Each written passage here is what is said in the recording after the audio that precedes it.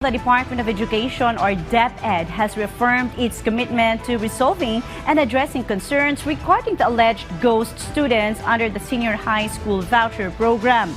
DepEd also stated that an investigation is underway leading to the removal of 55 schools from the program due to the alleged irregularities. Our PTV's Melalis Moras has the details.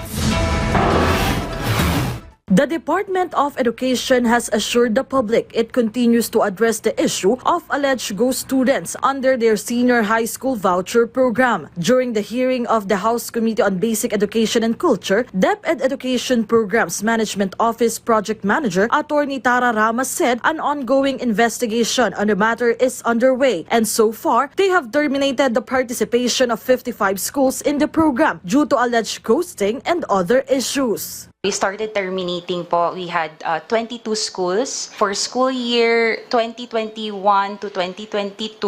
That's 22 in February 2023.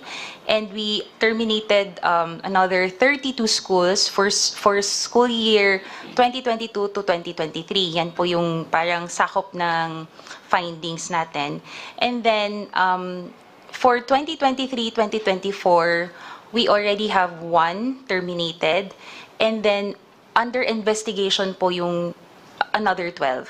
DepEd has yet to determine the total amount that may have been lost due to ghost students. However, they have already withheld payment for some billing statements from certain schools.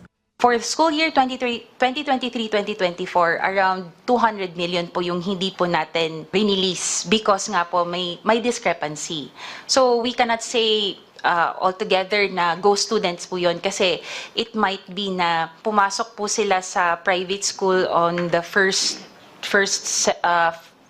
few months, and then afterwards umalis po sila. Lawmakers insist they will continue to monitor the issue until it is resolved. They are also urging DepEd to ensure that only those who truly need assistance are included in the voucher program.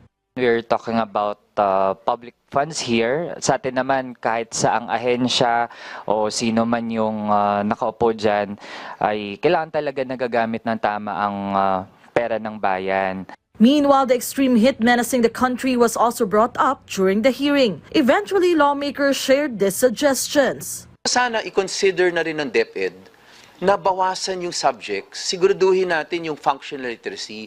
Kailangan din talaga sa ahensya, meron tayong long-term na plano kasi nga we expect this to be an issue every year na.